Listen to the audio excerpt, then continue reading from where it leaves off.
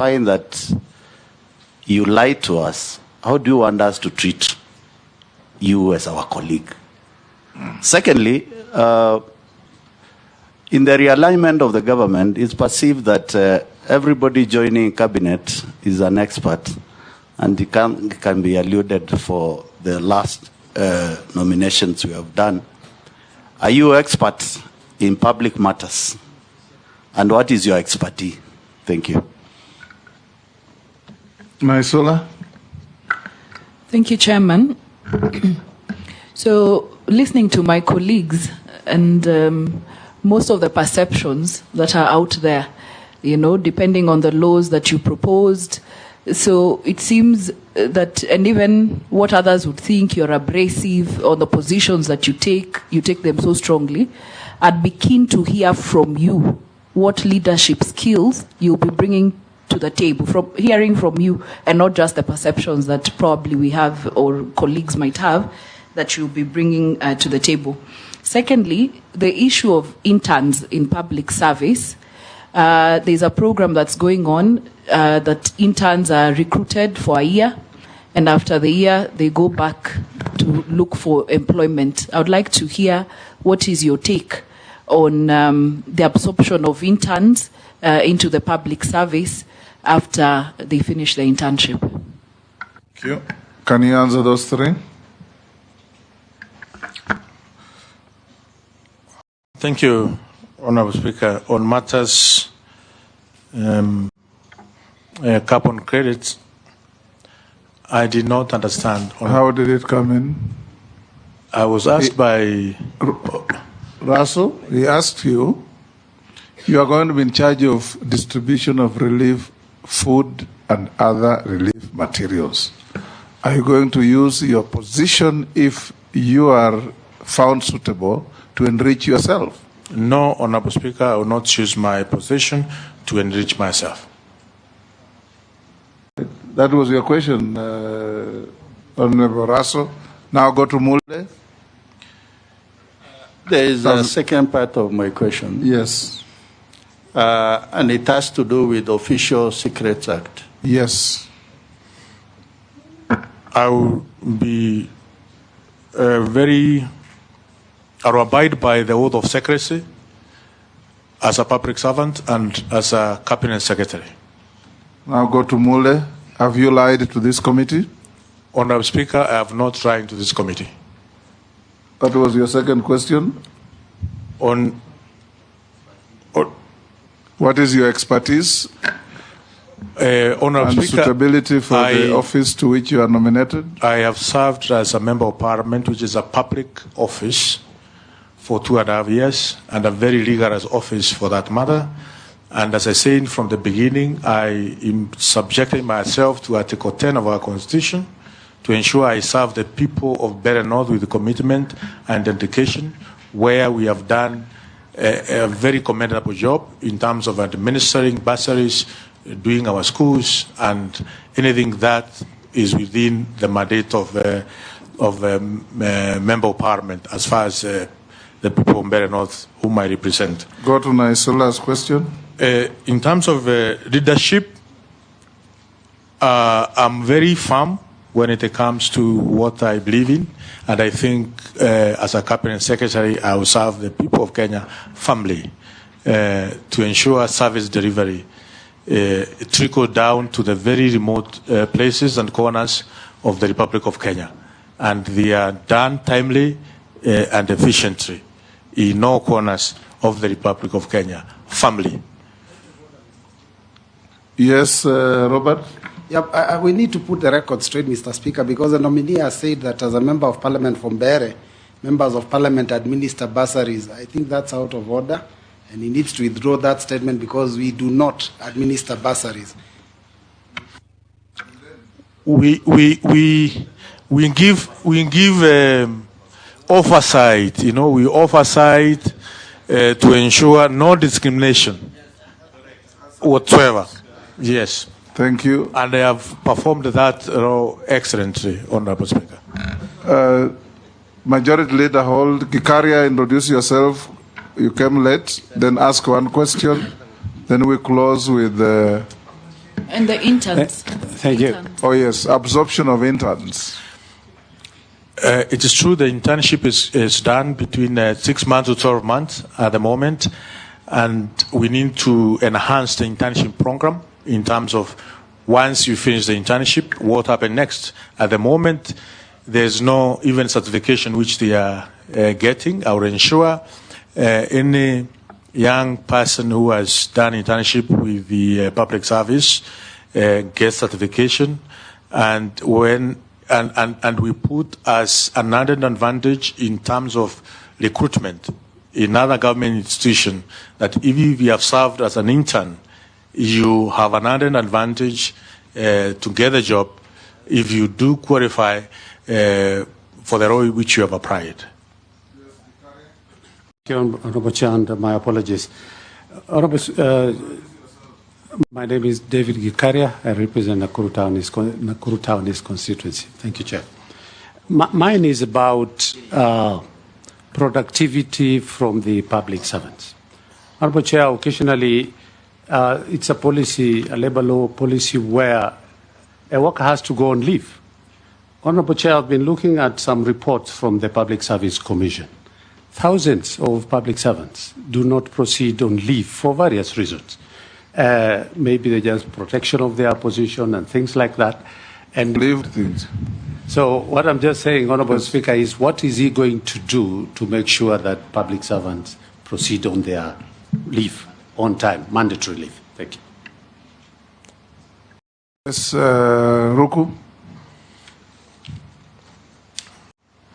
Honorable Speaker, in terms of productivity from the public service, yes, we will ensure that we have accountability as far as public servants are concerned. The output, to ensure the output is measurable, we come up with such innovations as timesheets, which shows that indeed you have gone to workstation and you are doing as per the required of your workstation of your or other service which you are offering to the public. So these will be tools, some of the tools which you will use to measure your output, and in that case to ensure you are productive within your work station. And this should be mainstreamed across all the government institutions or all the government ministries. For instance, I can give an example, if you allow me, Honorable Speaker, that in judiciary we have a prosecutor, we have an investigator, we have a magistrate, and if one of them is out of the workstation, one of them does not do his or her job properly, then the entire process is derailed. So we ensure that if you are on a case, an investigator, you do your investigations timely. If you are a prosecutor, you don't go to a magistrate and request 2 months to do the investigations, you know. So that Kenyans can have value for their money. On retirement, the policy at the moment is that once you reach the age of 60, you should proceed to retirement. We'll ensure the process is, the system is digitized. We know when you got into employment, when your date of birth, and by the time you are hitting 60, unless the very specialized skills which may be required within the public service, of course, through the recommendation Public Service Commission, that you may have 2 years probably of the service. But at the same time, we need to synchronize, because when you talk to the universities, professors retire at the age of, I think, 70. When you talk to judiciary, judges retire at the age of, I think, also 70. So we need to harmonize the retirement age. No, I have not said 270. I'm saying there's need to relook the harmonization in terms of which is the right age, depending on the skills which you have for retirement. There should be skills-based. Majority Leader. Thank you, Honorable Speaker. Honorable Speaker, mine will be two very quick ones. One in relation to what I think either Robert or the member for Matungulu had asked on your experience. Because you've only served in public office for just 2.5 years. From your CV and everything, all the documents I've submitted, you've only been in public office as a member of parliament for the last 2.5 years. And you're now transitioning from elective office, having served only for 2 years, to an appointive office in the executive. We have seen in the recent past people who served for one term of parliament and transitioned to the executive become extremely arrogant, bearing on other leaders, holding especially members of parliament with contempt. Are we likely to see the same arrogance, contempt for members of parliament and other elected leaders that we have seen with others who served before you in parliament for one term, now that you even served for half a term, not even one term? Do you see the hubris that we've seen before with you? Should you be approved by this House? My second question, Honorable Ruto, you have been a key defender of this government in and out of parliament, on national TV, in the villages in Embu. And the president from the executive has expressed his frustration with having cabinet secretaries who cannot espouse a single government policy, who cannot be there to speak for and on behalf of government. If you are approved in your transition to the executive, are you now going to become too bossy to be seen to defend the same government that you're being appointed to? Will you be too bossy to interact and work with members of the public, or shall we see the same Ruto who was able to espouse government policy and government agenda on national TV? Are we going to continue seeing that side of Ruto in articulating government policy and communicating what government is doing to the Kenyan people from the executive? Hold Ruku. Mary Masa, you've just come late. Introduce yourself and ask only one question. Thank you, Speaker. I'm sorry I'm late. I was in another committee. Masa Mary is my name, MP Teso South. Honorable Ruto, I just have one question. How are you going to ensure that there is transparency and accountability in public service, especially when it comes to recruitment into public service opportunities, which is perceived by the public to be a preserve of a few or a few regions? How are you going to ensure there is that equity? Thank you.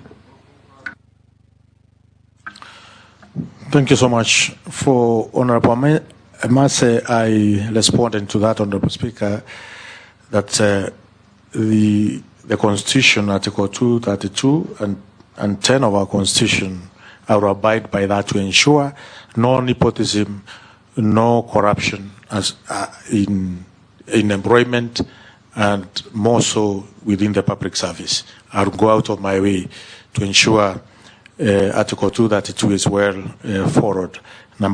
The question by the Honorable Kimani Ichungwa, the Leader of Majority, I will work very closely with the leadership of the Parliament, National Assembly, and both Senate, in terms of the committees, the departmental committees. Question was, will you be bossy, condescending, and arrogant? I will not, Honorable Speaker. You will not see such kind of character from me.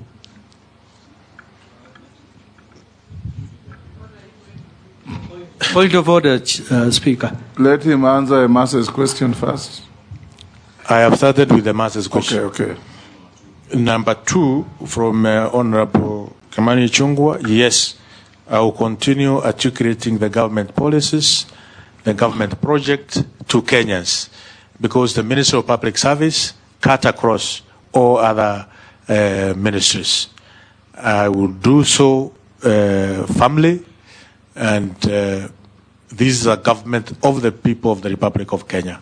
All services which government is offering, I will continue articulating the government policies and why they are doing. Government is doing so. So, Daud, what was it? I don't know if it was the slip of tongue. He said he will just be working with the leadership of Parliament. Will he work with the other MPs who are not in leadership? I'll work with each and every member of Parliament, both the National Assembly and the Senate. Thank you. Honorable Ruku. As well as the county governments, because the public service cut even in the county government. A few questions from the public. What will the Cabinet Secretary nominee do for persons with disabilities?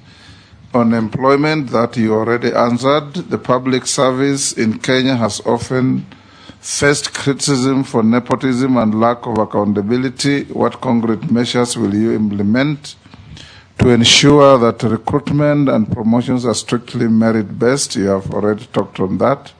This you haven't, you can answer. What is the nominee's perspective on the widespread perception that social protection programs like Inua Jamii are politically targeted rather than needs-based? The second one that you can answer. What is his stance on conducting a nationwide lifestyle audit of all public and state officers as a condition for holding office? If appointed, would he recommend the same? You can answer those two. The first one, in terms of ensuring those who are physically... that one you already answered. I told you answer. What is your perspective on the widespread perception that social protection programs like Inua Jamii are politically targeted rather than needs-based? Thank you, Honorable Speaker. Inua Jamii is a very key component, a program for the people of the Republic of Kenya, especially those who are aged, and through our administration, through the chiefs and assistant chiefs, and also the public opinion, our elected leaders in our grassroots MCAs will ensure the Inua Jamii is well targeted, and it target the very vulnerable in our communities, and also those who have reached the age of 70 and they don't have the dependents who can take care of them, through consultative forums for opinion leaders, field elders, chiefs and assistant chiefs, and also our MCAs, to ensure... You will not politicize the program? I will not at any moment politicize this very important program. Lifestyle audit? Yes, lifestyle audit has been tried in the past. I think it's something that we may want to consider moving forward, so that we minimize to everybody be accountable, especially the public servants. Thank you, Ruku. We'll ask you a few other questions. What is your net worth?